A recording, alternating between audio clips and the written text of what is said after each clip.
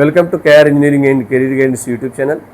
చాలామంది కూడా మనకు విఐటి ఎంట్రన్స్ ద్వారా వచ్చిన స్కోర్ ద్వారా ర్యాంక్ ద్వారా విఐటిలో అడ్మిషన్ లభిస్తుందని మనం తెలియజేసుకున్నాం. మరి విఐటీస్ ఎక్కడెక్కడ ఉన్నాయి, ఎట్లా ప్రియారిటీ ఇవ్వచ్చు అనే దానిపై ఒకసారి మనం ఆలోచించినట్లే విఐటీస్ మనకు ప్రధానంగా 4 విఐటీస్ ఉన్నాయి. దాంట్లో ప్రధానమైన మెయిన్ బ్రాంచ్ వచ్చి వేలూరు ఇన్స్టిట్యూట్ ఆఫ్ టెక్నాలజీ, ఇది వేలూరులో ఉంది.